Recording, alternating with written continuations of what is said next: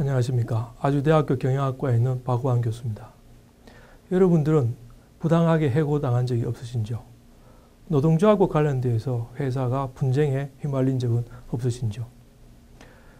고용노동부가 지원하고 사단법인 한국조용중재협회가 이런 경우 분쟁을 건설적이고 합리적으로 윈윈식으로 해결할 수 있는 방법들을 알려드리기 위해서 본 동영상을 제작했습니다.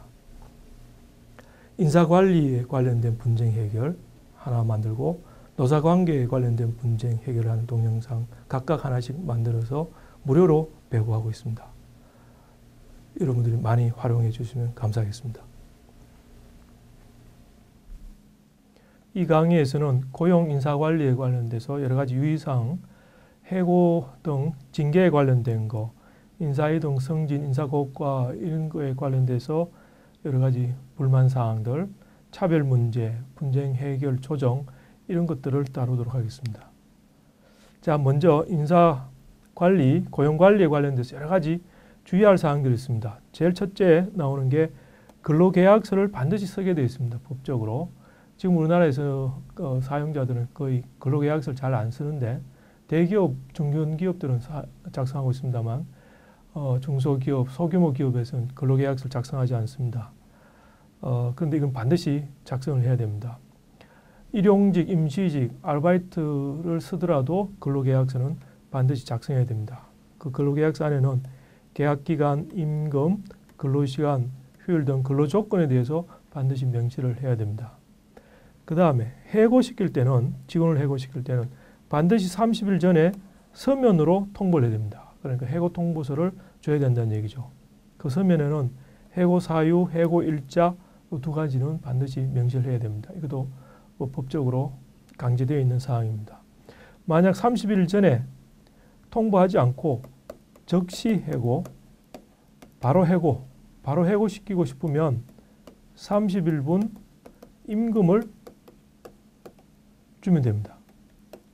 임금을 주고 해고를 시킵니다. 즉시 해고를 시키면 됩니다. 이렇게 하는 이유는 이겁니다. 직원이 이제 나가야 되니까, 해고돼서 나가야 되니까 다른 데 일자를 찾아야 되지 않습니까? 그 일자를 찾는데 30일, 한 달 정도 시간 여유를 준다는 그런 취지에서 이게 정해져 있습니다. 자, 그 다음에 퇴직금 지급 문제인데 이 퇴직금 지급은 이제 규모와 상관없이 모든 사업장에 다 줘야 되는 걸로 이렇게 법이 바뀌었습니다. 동네에 있는 구멍가게, 슈퍼마켓 이런 데에 있는 임시직 또 1년이 넘으면 1년 넘는 직원은 반드시 퇴직금을 줘야 됩니다. 퇴직금을 적립해도 되고 퇴직금 이제 가게 주인 여러분들은 퇴직금을 미리 매달 적립을 해가야 됩니다. 만약 이게 아니면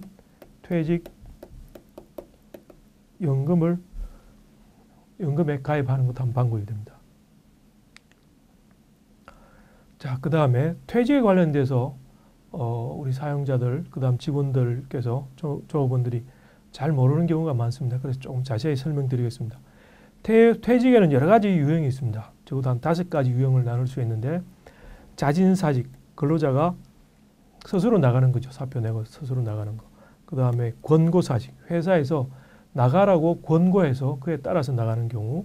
그 다음에 정년퇴직, 그 다음에 기간 만료, 계약직 근로자들, 기간제 근로자들 이런 사람들이 계약이 끝났으니까 나가게 되는 경우. 그 다음에 회사에서 강제로 내보내는 거, 해고입니다.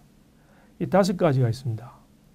자, 우선 다시 한번 보면 자진사직은 직원이 스스로 사직을 하는 경우인데 이때 사용자는 사직서를 반드시 받아둬야 합니다. 그래야 나중에 분쟁이 안 생깁니다. 권고사직은 회사 권고로 사직하는 건데 이때도 사직서를 반드시 받아둬야 됩니다. 제가 바로 뒤에서 따로 더 설명드리겠습니다만 권고사직에 관련돼서 여러 가지 분쟁들이 생깁니다. 그래서 그 분쟁을 방지하기 위해서는 사직서를 반드시 받아둬야 됩니다. 권고사직은 명예퇴직, 조기퇴직, 정리해고, 인력 감축에 따른 정리해고 이런 것에 관련돼서 권고사직이 이루어지고 있습니다. 정년퇴직은 회사가 정한 정년 나이에 자동퇴직입니다. 이건 강제퇴직이 아니고 자동퇴직이기 때문에 특별히 뭐 서면 통보라든지 이런 건 필요가 없습니다. 정년은 60세로 이제 2017년부터 연장이 되는데 기본적으로 회사가 정한 정년입니다. 2017년까지는 회사가 정한 정년이고 2017년 지나면 회사가 정한 정년이 60세 미만이면 60세 이상으로 고쳐야 되죠. 그 다음에 기간 만료는 계약 기간이 만료되면 이것도 자동퇴직입니다. 자동퇴직인데 이때 사용자는 사전 통보를 해줘야 됩니다. 예를 들면 한 달 전에 누구 씨는 뭐 한 달 뒤에 계약 기간이 만료되니까 더 이상 재계약 안 합니다라는 식의 통보를 해줘야 됩니다. 이 통보를 해주지 않으면 제가 또 뒤에 설명드리겠습니다만 여러 가지 분쟁이 생길 여지가 있습니다. 자, 해고는 뭐냐 하면 직원에게 문제가 있어서 강제로 퇴직시킵니다. 이때는 해고 통보서를 제가 앞에 말씀드렸습니다만 해고 통보서를 반드시 발부를 해줘야 됩니다. 자, 권고사직에 관련된 여러 가지 유의사항들이 있습니다. 권고사직을 시켰는데 이게 나중에 보는 게 이게 자진사직이냐 아니면 해고냐를 가지고 많은 다툼이 일어나고 있습니다. 특히 이제 명예퇴직이라든지 조기퇴직, 정리해고 이에 관련돼서 회사에서 이제 어려우니 좀 나가달라. 정년 전입니다만 정년 전에 나가는 거죠. 정년 이전에 나가는 건데 회사에서 그 부탁을 하니까 근로자가 회사 어렵고 하니까 이제 제가 나가겠습니다 하고 나갔는데 나중에 다시 저 근로자가 이건 그때 사장이 나가라고 강압적으로 얘기를 하니까 어쩔 수 없이 나갔다. 얘기죠. 사장이 강압적으로 사직을 강요해서 어쩔 수 없이 퇴사했다. 이건 내가 자진사직한 게 아니고 이거는 해고다. 이렇게 주장할 수 있습니다. 또 사장이 얘기를 사직을 권고할 때 그냥 뭐 사정을 얘기한다든지 그렇게 하지 않고 그야말로 강압적인 분위기를 만들어서 사직하지 않으면 안 될 그런 분위기를 만드는 경우도 많죠. 그런 경우에 어쩔 수 없이 해고됐다, 사직서를 썼다 뭐 이렇게도 주장됩니다. 또는 사직을 했지만 사직서를 내지 않고 그렇게 나오는 경우도 있습니다. 그렇게 되면 이제 이 근로자는 나중에 나는 자진사직 또는 권고사직이 아니고 강제 해고됐다고 충분히 주장을 할 수 있는 거죠. 그래서 이때는 이제 이게 사직이 강압 때문인지 여부가 분쟁의 핵심입니다. 그래서 이 분쟁을 막기 위해서는 회사는 사직서를 반드시 받아둬야 됩니다. 그 근로자가 알았다 하고 자기가 내일부터 출근 안 할게요 그러고 출근 안 하더라도 그 직원에게 연락해서 사직서를 받아야 됩니다. 만약 사직서를 제출하지 않으면 그리고 연락이 두절이면 내용 증명도 보내고 몇 차례 연락했다라고 하는 그런 표시를 반드시 남겨놓아야 됩니다. 증거로. 그 다음에 해당 직원 같은 경우에 만약 강압이 있다. 권고사직을 하는데 강압이 있으면 절대 사직서를 제출해서는 안 됩니다. 이 사직서가 잘못하면 그야말로 권고사직 본인이 알아서 스스로 나간 걸로 그렇게 간주될 수 있는 증거가 됩니다. 그러니까 해당 직원이 만약 억울하다 생각되면 절대 사직서를 제출해서는 안 되겠습니다. 그 다음 계약 기간이 만료될 경우에 이때 유의사항도 있습니다. 이건 계약직 근로자의 경우에 해당되는데 자동 연장 가능 여부를 반드시 체크해야 됩니다. 계약직 근로자들 또 물론 근로계약서를 작성해야 됩니다만 이 근로계약서에 예를 들면 이런 조항이 있을 수 있습니다. 별도의 협의가 없으면 근로계약은 자동 연장된다. 이런 조항들을 많이 볼 수 있습니다. 그러니까 근로계약서를 사장이 본인이 직접 작성하지 않고 시중에 또는 인터넷에 떠돌아다니는 표준 근로계약서 이런 걸 그냥 다운받아서 작성하게 되면 이런 조항이 들어있는 걸 체크를 못하게 됩니다. 그래서 이런 자동 연장 조항이 있는지 없는지 보시고 이런 자동 연장 조항이 만약 있다면 회사에서 그게 꼭 필요하다 그러면 그런 조항을 넣고 그렇지 않으면 이 조항은 가능하면 없애버리는 게 또는 기재하지 않는 게 서로 간에 분쟁의 여지를 줄일 수 있습니다. 그 다음에 재계약을 하지 않을 경우에는 합리적인 사유가 반드시 있어야 됩니다. 계약 기간이 끝났다고 해서 바로 그냥 내보낸다. 이거는 물론 뭐 형식적으로 보면 계약 기간이 끝났습니다만 이 사람이 재계약을 근로자 입장에서 재계약할 수 있는 그런 기대를 가질 수가 있다면 그걸 이제 우리는 갱신 기대권을 부릅니다. 갱신할 수 있는 그런 기대를 할 수 있는 상황이었다면 근로자는 충분히 다투게 됩니다.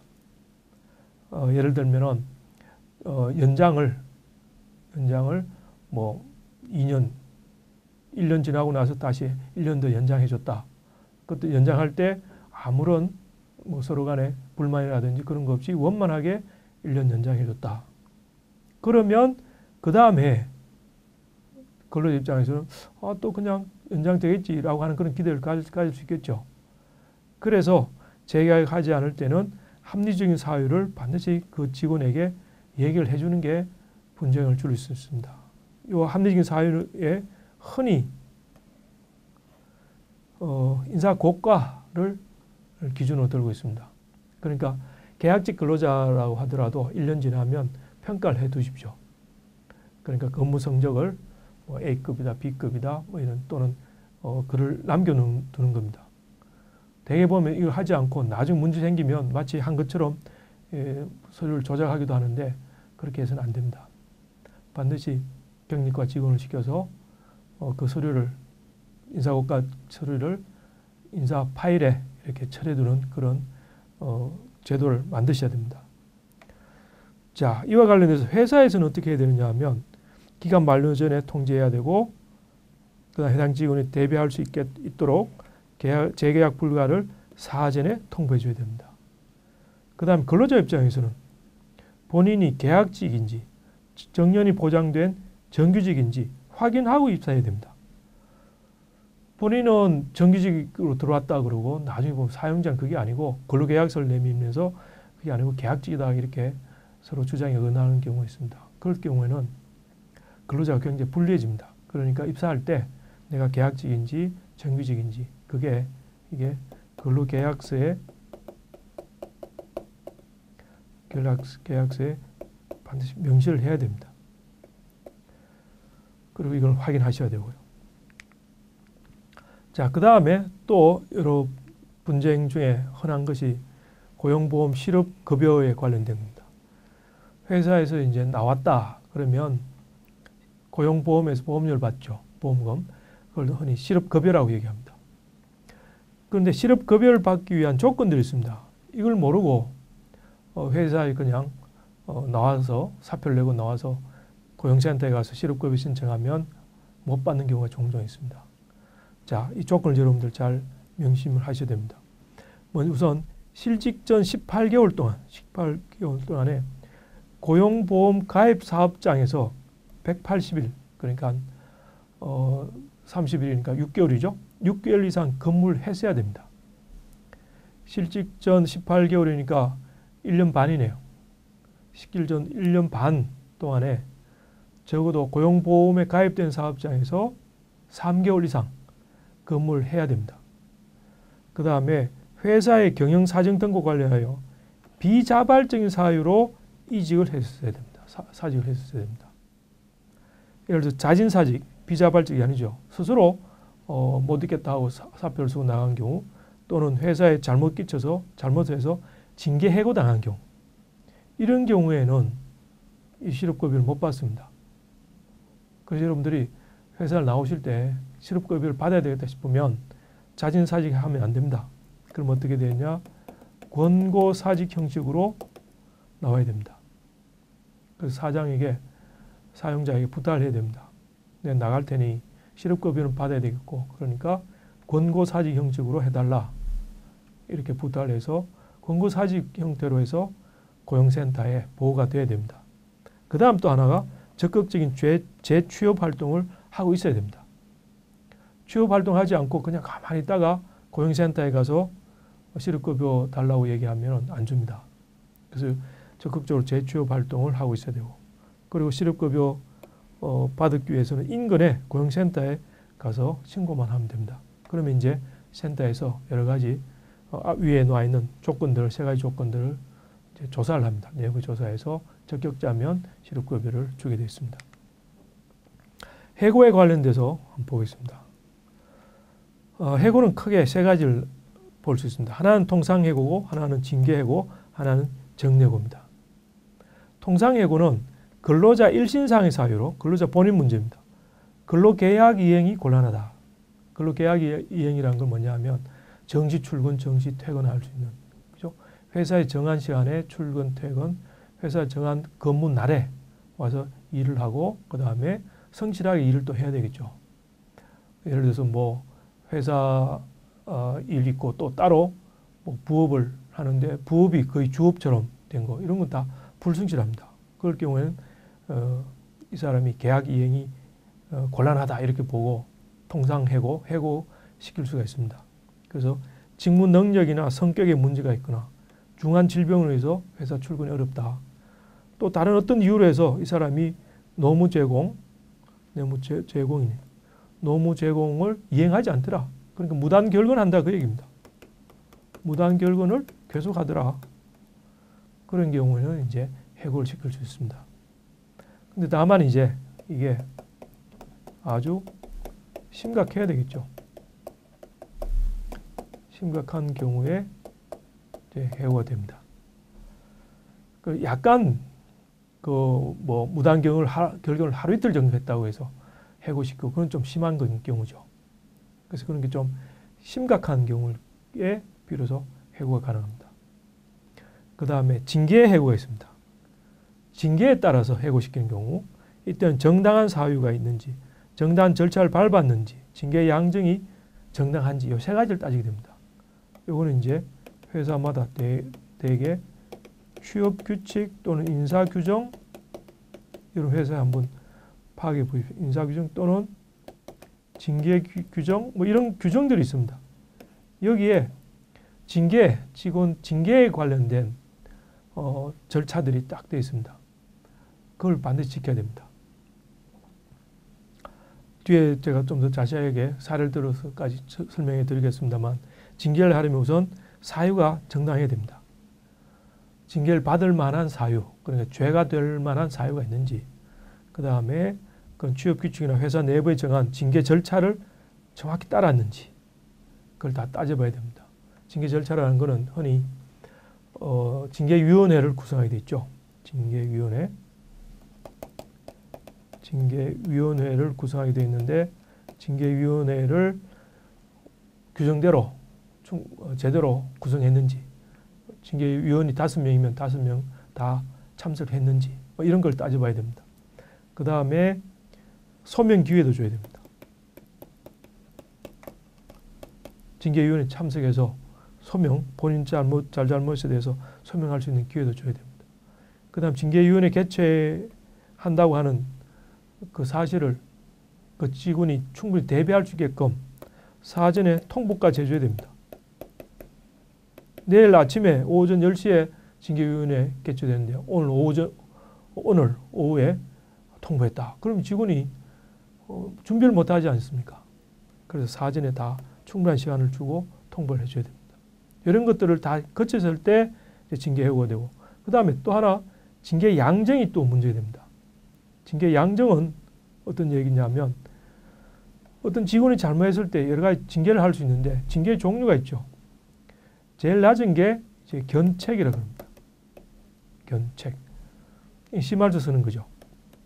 주의를 주고 심할서 또는 주의를 주는 거. 견책 위에 이제 감봉이 있습니다.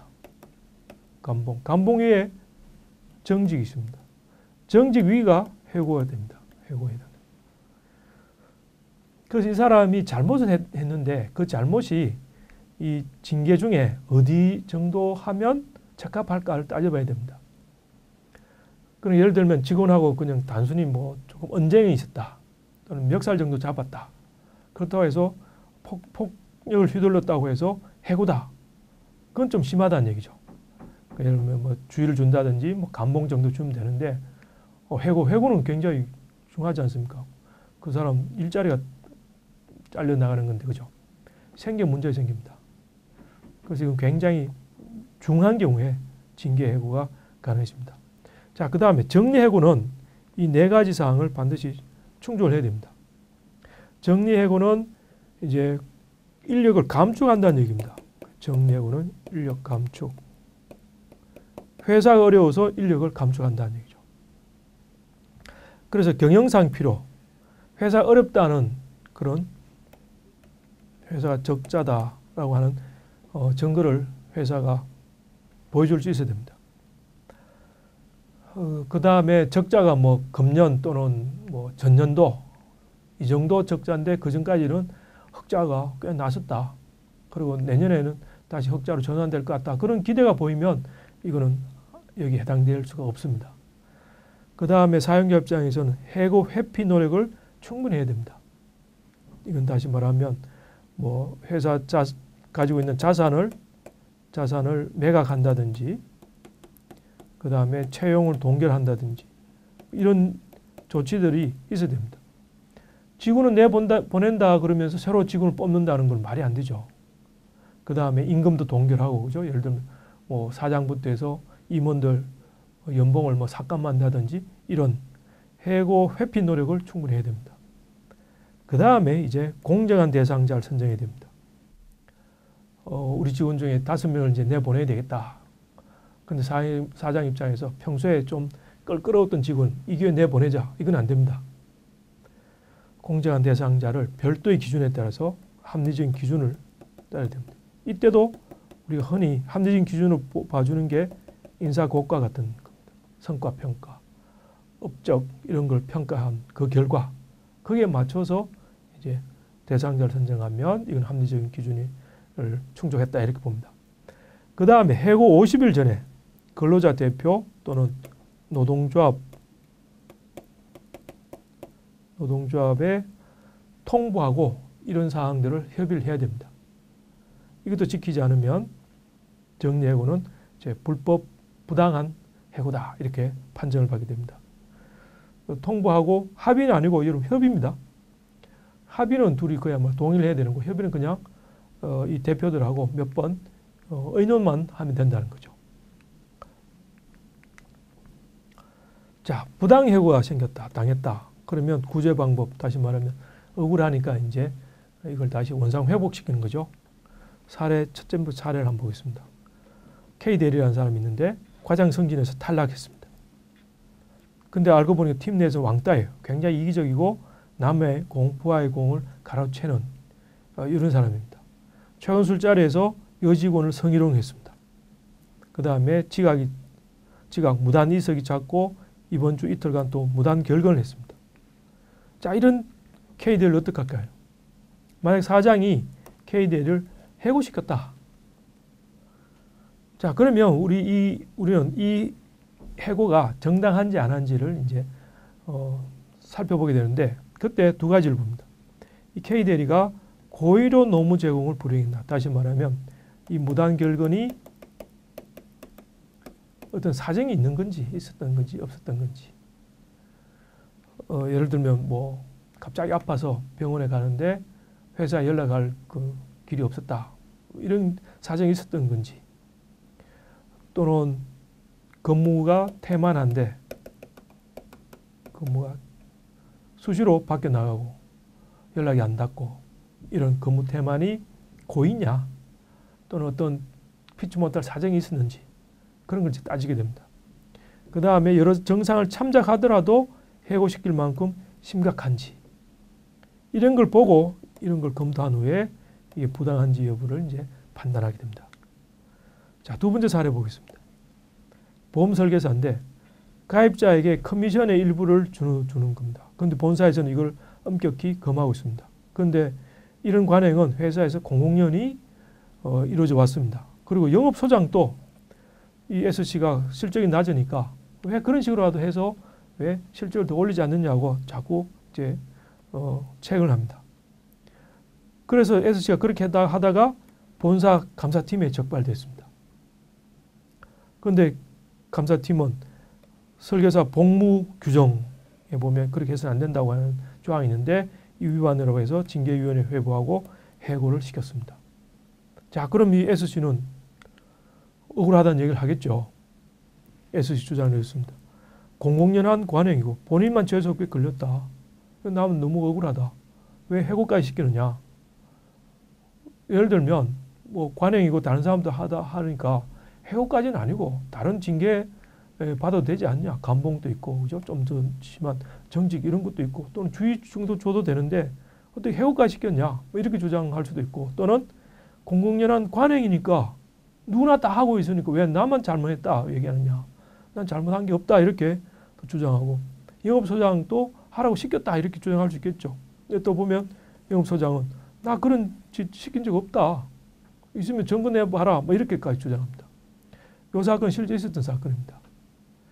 자 그러면 SC 징계 해고는 부당한가? 그럼 이제 요 세 가지 제가 앞에서 말씀드렸던 요 세 가지 따지게 됩니다. 징계 사유는 정당하냐? 다시 말하면 이 커미션 주는 이 행위가 죄가 되느냐 안 되느냐 그 얘기죠. 이게 죄가 되느냐 안 되느냐 그 부분이고 그 다음에 징계 절차는 규정대로 밟았나.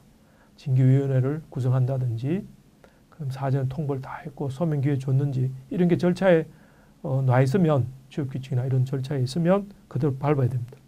그 다음 징계 양정은 공정했냐. 다시 말하면 이게 만약 커미션 주는 게 죄가 된다면 양을 정하는 거죠. 징계 양을 정하는 겁니다. 이게 해고감이냐 아니면 해고로는 좀 심한지 이걸 따지게 됩니다. 세 번째 사례입니다. 봉제업 회사 직원이 5명인데 이 회사는 최근 3년 연속 적자를 기록하고 있습니다. 사장은 자구책으로 회사 부속 건물을 매각해서 운영비에 썼습니다. 그래도 안 됩니다. 그러니까 이제 사장이 최후 수단으로 직원 15명 중에 5명을 선별해서 해고를 시켰습니다. 자, 그렇게 되니까 이 해고된 5명이 이제 이런 주장을 합니다.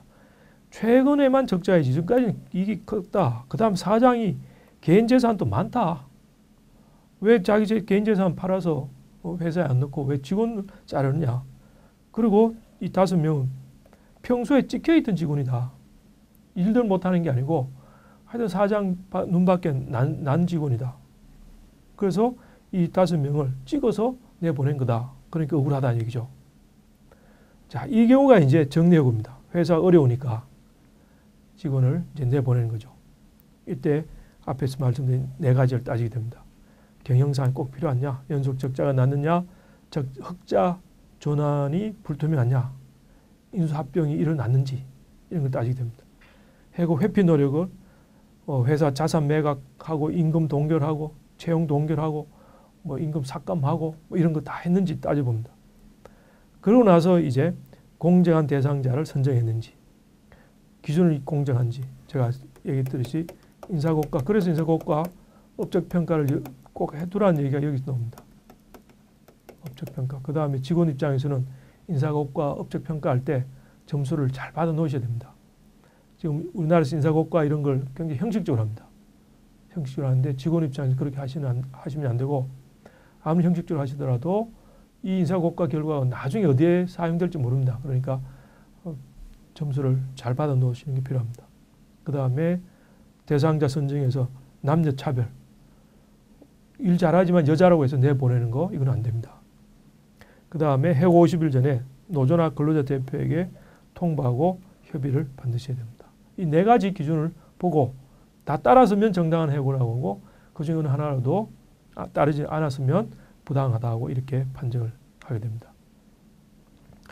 자, 그 다음에 배치 전환, 전건, 성과급 주는 거 이거와 관련돼서도 여러 가지 분쟁이 일어나고 있습니다. 자, 그런데 이런 문제들은 기본적으로 경영상 필요에 의한 인사권, 경영권에 속하는 겁니다. 다시 말해 사장이 인사권을 행사하는 거고 사장이 회사를 경영할 때 필요한 그런 권한에 해당되는 겁니다. 그래서 이거는 큰 문제가 없으면 되게 정당하다. 사용자의 권한으로, 고유 권한으로 인정을 해주고 있습니다. 다만 이제 부당하다고 볼 때는 이런 배치 전환이나 전건이라든지 성과급의 남녀 간의 차별이라든지 나이 많은 사람, 고령자 차별이라든지 장애인 차별 이런 게 있으면 안 되죠. 부당하다고 봅니다. 그 다음에 전건을 시키는데 생활에 아주 불편하다. 예를 들면 서울 본사에 근무하는 사람을 울산 지점으로 전거를 시켰습니다. 회사에서는 뭐 경영상 필요하다고 얘기하지만 이 사람이 너무 그 울산 가서 생활하기가 너무 불편하다. 울산으로 이사 가기도 어렵다. 우리나라는 지금 주말 부부가 워낙 많기 때문에 크게 뭐 불평할 수는 없겠습니다만 그 좀 개개인을 보면 어려운 경우 있죠. 예를 들면 부모님 모시고 있는데 그 본인이 저녁 때 퇴근해서 챙겨야 된다. 울산 내려가 버리면 부모 모실 사람이 없다. 그런 생활에 엄청난 불편을 주는 거죠. 이럴 때는 이제 전근이 좀 심하다. 근로자의 그런 고충, 생활상의 고충을 너무 고려하지 않은 거다. 그러면 이거는 이제 부당하다고 우리가 보게 됩니다. 그 다음에 배치 전환 뭐 이런 거 성과급 줄 때 불합리한 기준 이런 기준을 들어서 성과급을 준다든지 또는 전거를 한다든지 그런 경우도 다 이제 부당하다고 봅니다. 자, 차별에 대해서 얘기를 하겠습니다. 차별 얘기할 때는 차별하고 차이를 반드시 구분해야 됩니다. 합리적인 사유가 있는 차이는 차별이 아니다. A와 B 간에 차이가 있는데 다시 예를 들어 A는 월 300만 원을 받고 300, B는 250만 원을 받아요. 이건 분명히 차이가 존재하죠. 50만 원의 차이가 있습니다. 이 50만 원의 차이가 예를 들어서 이 사람이 A가 건석을 더 많이 했다든지 성과를 더 많이 냈기 때문에 B보다 50만 원 더 받았다 그러면 이거는 합리적인 사유가 될 수 있는 거죠. 그렇지만 이런 거 없이 그냥 뭐 특별한 사유 없이 A는 300 받고 B는 250 받으면 이거는 차별이 됩니다. 그래서 합리적인 사유가 있는지 없는지를 따지게 됩니다. 자, 차별에 여러 가지 유형들이 있는데 남녀 문제입니다. 그 다음에 나이, 고령자 나이 많다고 해서 차별 주는 거 안 됩니다. 장애인 차별 줘서는 안 됩니다. 어떤 채용이라든지 근로조건 전반에 관해서 차별이 금지되어 있습니다. 그 다음에 국적, 신앙, 사회적 신분에 대해서도 따라서도 차별을 해서는 안 됩니다. 국적이니까 외국인입니다. 외국인에 대해서는 근로조건에 차별 줘서는 안 됩니다. 우리나라에 지금 조선족들이 많이 들어와 있죠. 회사에서도 근무를 많이 하고 있는데 이 외국인 또는 조선족들에게 조선족이 제가 얘기하는 국적이 중국 사람을 얘기합니다. 이 사람들에게 똑같은 일을 하는데 내국인은 예를 들어서 월 300을 주고 이 사람들에게는 200을 준다. 이건 차별이 됩니다. 이렇게 해서는 안 됩니다. 또는 내국인은 대리로 승진을 시켰는데 이 외국 사람은 승진해서 탈락을 시키더라. 또한 이유 없이. 그것도 차별됩니다. 신앙, 이거는 뭐 어떤 걸 믿느냐에 따라서 어떤 종교를 믿느냐에 따라서 차별 줘서도 안 된다. 사회적 신분은 이제 요새는 별로 의미는 없지만 옛날 같으면 이제 양반이냐 상인이냐 뭐 이렇게 많이 나눴죠. 이런 경우에 이제 차별이 해당되겠습니다. 자, 그 다음에 기간제 근로자, 단시간 근로자, 파견 근로자 이에 관련돼서 이제 차별을 해서는 안 됩니다. 이때 차별이냐 아니냐라는 것은 반드시 비교 대상 근로자와 비교하게 되어 있습니다. 내가 계약직 근로자 A라는 사람이 있고 회사 내에 정규직 근로자 B가 있다. 이런 경우에 동일한 업무를 하면 동일한 업무 또는 유사한 업무를 할 경우에는 이게 비교 대상자가 될 수 있습니다. 그게 아니고 동일한 업무 아니고 유사하지도 않은 업무. 예를 들면 계약직 이 직원은 영업직이고 정규직은 예를 들면 공장에서 근무하는 직원이다. 그럼 이건 동일 업무나 유사 업무가 아니죠. 그럴 경우는 A하고 B하고를 비교할 수가 없습니다. 해서는 안 됩니다. 그래서 동일 업무, 유사한 업무를 하는 정규직하고 이제 계약직은 비교를 해야 됩니다. 그렇게 비교해서 예를 들어서 월급이라든지 근로조건에 차이가 있으면 이제 차별이 될 수 있는데 이때 그 차이가 앞에서 얘기했듯이 합리적인 사유가 있으면 차별로 보지 않고 정당한 차이로 본다. 그래서 합리적인 사유도 다 따져보셔야 됩니다. 자, 2년간 이 기간제 단시간 파견 근로자는 2년간 고용이 가능하죠. 원래 1년씩 하고 1 더하기 1입니다. 1년 더 연장하게 되어 있습니다. 바로 2년 해서는 안 되고 1년 하고 그 다음 1년 더 연장입니다. 그리고 그 1년 넘으면, 그러니까 2년을 넘으면 자동적으로 정년 보장 근로자로 전환이 되어 버립니다. 사용자 어떤 조치를 하지 않아도 법적으로 이 2년 넘게 근무한 직원은 자동으로 정년 보장이 되는 근로자, 우리 흔히 얘기하는 정규직 근로자로 전환이 됩니다. 자, 앞에서 이런 여러 가지 문제가 생겼으면 이걸 어떻게 해결하느냐? 분쟁 해결입니다. 제일 먼저 노동위원회에 가서 분쟁 해결을 받을 수 있습니다. 이거는 인건 지방노동위원회에 문제가 생겼던 날로부터 3개월 이내에 구제 신청을 하게 됩니다. 하게 되면 대략 3개월 이내에 판정을 내려줍니다. 이게 정당하다, 부당하다. 그리고 비용은 전부 무료입니다. 그리고 이 결과에 대해서 불복하면 중앙노동위원회 재심도 가능하고 아니면 행정법원에 소송도 가능합니다. 판정은 이제 기각이다. 기각이란 뭐냐 하면 근로자가 억울하다고 구제 신청을 냈죠. 그럴 때 이제 조사해 보니까 억울한 게 아니다. 그럼 기각을 시킵니다. 인정은 요거는 부당하다는 얘기입니다. 부당하다.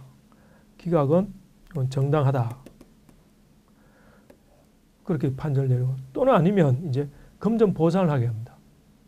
이거는 뭐냐 하면 예를 들면 원직 복직을 시키지 않고 해고돼서 복직시키지 않고 그냥 돈으로 주라. 난 저 회사 이제 들어가기 싫다. 그러니까 돈으로 해달라고 하는 걸 이제 금전 보상이라고 합니다. 이렇게 이제 해줄 수 있고 또는 아니면 노동위원회에서 화해도 시킵니다. 양쪽 얘기를 들어보니까 좀 어느 한쪽 손 들어주는 것보다 서로 화해시키는 게 좋겠다 싶으면 대개 이제 화해금을 주고 화해금, 합의금이죠. 합의금 얼마를 주고 이제 서로 합의하는 겁니다. 이때는 대개 근로자를 이제 사직을 시키죠. 사직시키는 대부분이 사직시키는 대신에 합의금 얼마를 주고 이렇게 화해를 시킵니다. 자, 법원에 가서 소송도 할 수 있습니다. 그런데 법원은 문제가 이제 시간이 무지 걸립니다. 대부분까지 가야 되죠. 소송 비용, 그 변호사 비용이 적어도 500만 원 됩니다. 그러니까 비용이 굉장히 비싸죠. 그 다음에 판결은 앞에 했듯이 기각이나 인정이나 또는 화해 조정도 합니다. 법원에서 화해 조정도 해주고 있습니다. 그런데 이제 단 하나 문제가 법원이든 소송, 제가 뒤에 얘기하겠습니다만 이런 경우 법원 소송 노동위원회 가서 구제 신청하는 경우 이런 경우는 이제 윈윈을 기대할 수 없다는 얘기죠. 윈윈. 어느 한쪽 편을 들어주니까요. 원고 피고가 있으면 원고가 잘했다 또는 피고가 잘했다. 다시 말하면 정당한 해고다. 정당한 해고다. 부당한 해고다. 이 둘 중에 하나를 정해줍니다. 그러니까 여기 이제 진 사람은 억울하죠. 억울하니까 대개 또 재심으로 가게 됩니다. 자, 그 다음에 노동청에 진정하는 경우도 있습니다. 그 해고 사건들은 해고라든지 징계 사건들은 노동위원회에 보내고 체불임금이 있습니다.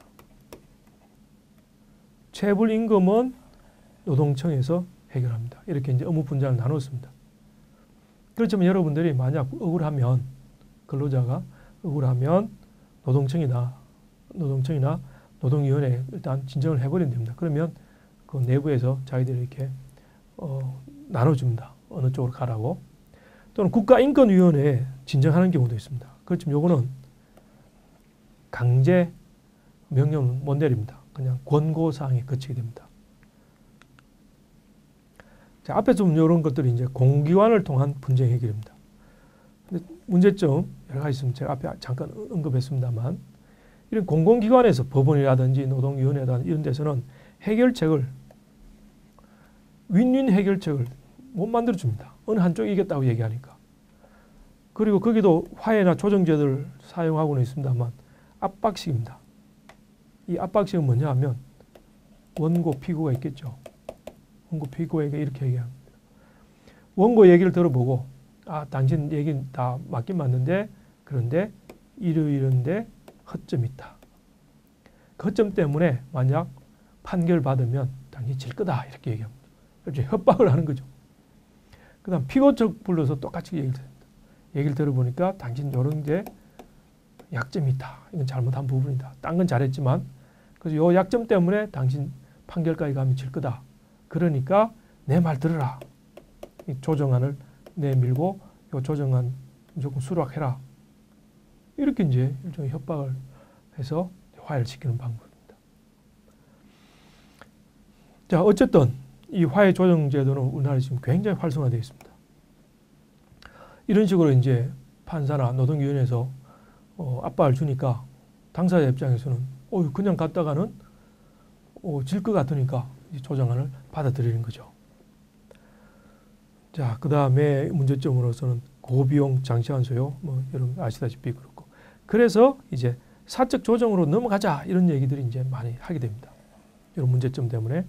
그래서 조정 훈련을 받은 일반인이 조정을 하고 이 사람들은 조정 훈련을 받았기 때문에 분쟁 조정입니다. 윈윈 해결을 해주더라는 얘기죠. 자, 그래서 사적 조정제도 좀 더 살펴보면 이렇습니다. 윈윈식 분쟁 조정 훈련을 받은 사람이 또는 그런 훈련 받았 것을 증명하는 자격증을 보유한 사람이 이제 분쟁을 조정해 주는 거죠. 이거는 노동 분쟁에도 사용할 수 있고 이웃 간 분쟁도 사용할 수 있고 환경 분쟁, 도시 재개발 분쟁 이런 여러 분야에서 각종 분쟁에서 이런 사적 조정인이 가서 다 해결을 해줄 수 있습니다. 이웃 간 분쟁 같으면 요새 아파트 아래 위층 소음으로 해서 살인 사건도 생기고 했는데 그런 것도 이제 이런 분쟁 조정 전문가가 있으면 해결해 줄 수 있는 거죠. 그런 사람이 없으니까 전부 가는 게 법원을 가버립니다.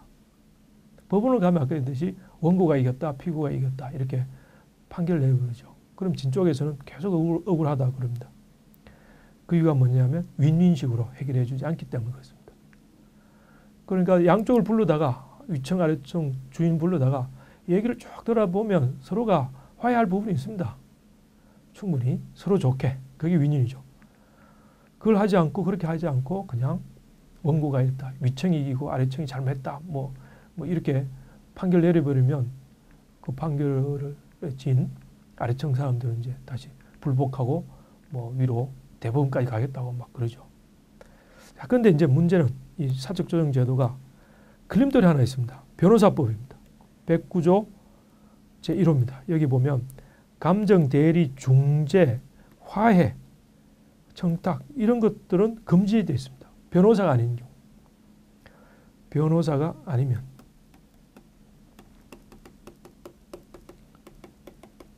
변호사만이 이런 감정 대리, 중재, 화해를 할 수 있습니다. 만약 변호사가 아니고 다른 일반인이 하면 7년 이하 징역 또는 5천만 원 이하 벌금으로 되어 있습니다. 이 변호사법이 굉장히 희한한 겁니다. 여러분 들어보니까 이상하죠? 왜 일반인은 이렇게 못하느냐? 이 변호사법을 이제 저희들이 사적 조정 제도를 활성화시키기 위해서 변호사법을 바꾸자, 개정하자고 얘기해도 철밥통이죠. 국회에서도 안 고쳐줍니다. 그래서 이 변호사법은 여러분들 좀 관심을 갖고 개정하는데 여러분들 좀 힘을 보태 주십시오. 자, 그 다음에 동료 조정 제도도 사용할 수 있습니다. 이걸 뭐냐 하면 인사 문제라든지 예를 들면 승진에 관련돼서 직원이 부하 직원하고 위에 상사, 팀장하고 이제 승진에서 탈락된 부하 직원이 불만을 토로할 수 있지 않습니까? 그럴 때 그 불만 토로하는 그 문제, 그럼 상사가 건방지다, 기분 나쁘다 또 이렇게 싸우게 되죠. 그걸 누가 해결해 줍니까? 지금은. 지금 회사에서는 상사가 그냥 힘으로 눌러서 해결하거나 아니면 공식적으로 고충처리 제도라는 게 있긴 있습니다. 그렇지만 이 고충처리 제도는 잘 활용 안 하죠. 너무 공식적인 거기 때문에. 그러다 보니까 직원들끼리 문제 있으면 어떡합니까? 그저 그냥 누군가 말리고, 그죠? 말리고, 그 다음 그날 저녁에 뭐 폭탄 좀 맞으면서 서로 화해하고. 이게 전부입니다. 자, 그럴 때 윈윈식 분쟁 조정 훈련을 받은 직원이 이 사람이 조정자 역할을 하는 거죠. 만약 그렇게 이런 직원이 있으면 이 회사 내 각종 분쟁 이런 것들이 외부에 나가는 거 꺼리기 때문에, 그죠? 안으로 그냥 휴식을 하는데 이런 거 다 내부 사람이 해결해 주는 게 좋죠. 그 다음에 상부에 알려지는 거 싫어하는 경우도 있는데 이런 것도 내부 바로 현장에 있는 옆에 있는 직원이 해결해 주니까 굉장히 좋죠. 그래서 이런 걸 이제 동료 조정 이렇게 얘기합니다. 자, 학교에서는 이 동료 조정을 또래 조정이란 말로 활용하고 있습니다. 이건 미국에서 굉장히 효과 있는 그런 제도로 각광을 받고 있는데, 학교 폭력 우리나라 문제 많죠. 학생 간 갈등 해결 이런 문제 한때 뭐 크게 이슈가 되었습니다. 요새 또 언론에서 잠잠해져 버렸는데 아직도 여전합니다. 이런 학교 폭력 이런 것들 학교에서 어떻게 해결하냐 하면 학교에 상담 선생님들이 다 있습니다. 있지만 학생들은 이 상담 선생님에게 이 문제를 가져가는 걸 싫어합니다. 자, 그러다 보니까 이제 학생들끼리 이제 분쟁을 조정하죠. 자, 여러분들 학교 다닐 때 친구 둘이 싸우고 있는 거 여러분 조정해 본 적 있죠? 내가 가서 말려줄게 하고 조정해 본 적 있죠? 근데 거의 성공 못했죠. 이게 왜냐하면 윈윈식 분쟁 조정 훈련을 못 받았기 때문에 그렇습니다. 분쟁 조정도 많은 기법과 경험이 필요합니다. 이 훈련을 받게 되면 굉장히 건설적으로 윈윈식으로 분쟁 해결할 수 있습니다. 그래서 이런 훈련을 받은 학생이 조정자 역할을 하는 거죠. 그래서 학교에 이런 학생을 뭐 몇 명씩 딱 양성해 놓으면 학교 폭력이라든지 학생 간 갈등이 많이 줄어들 수 있습니다. 이런 식으로 이제 다양하게 사적 조정을 해낼 수가 있습니다. 정리하면 이렇습니다. 부당해고라든지 징계라든지 뭐 인사이동 이런 관련돼서 여러 가지 분쟁이 생길 수 있다. 그리고 이 관련된 유의사항 제가 말씀드렸는데 여러분 꼭 한 번 더 보시면서 숙지하시기 바랍니다. 그 다음에 이런 분쟁은 공적으로도 해결할 수 있고 사적으로 해결할 수 있다. 공적 해결에 여러 가지 문제점이 있기 때문에 사적 해결로 가려고 하는데 변호사법이 걸림돌이 되더라. 그렇지만 어쨌든 이 사적 해결은 윈윈 조정 훈련을 받은 사람이 조정하게 되니까 굉장히 효과적이다. 그래서 회사 내에 동료 조정이라든지 동료 조정 또는 학교에서 또래 조정 이런 걸 활용해서 효과를 실제로 보고 있다. 이런 말씀 드렸습니다. 자, 저희들이 고용노동부 지원을 받아서 한국조정중재협회에서 여러 가지 동영상을 촬영했습니다. 협상, 분쟁 조정, 구체적인 사례들 다 들어가면서 했습니다. 그 중에 하나가 윈윈 협상의 전략이라고 하는 동영상, 그 다음에 협상 조정의 전략과 전술에 관한 동영상, 고용 인사관리 분쟁 해결에 관한 동영상, 노사관계 분쟁 해결에 관한 동영상 이런 것들 다 제작해서 유튜브에도 올리고 노동부에도 홈페이지 저희 협회에도 올리고 휴넷 홈페이지도 올리고 뭐 다양하게 무료로 다 제공하고 있습니다. 여러분들이 많이 활용해 주시고 협상조정 전문가 교육도 합니다. 산안법인 한국조정중재협회에 사무국에 들어오면 그 안내 받을 수 있습니다. 이쪽으로 와서 교육도 굉장히 실비로 해서 고용부 지원을 받아서 교육을 실시하고 있으니까 여러분 많이 활용하시기 바랍니다.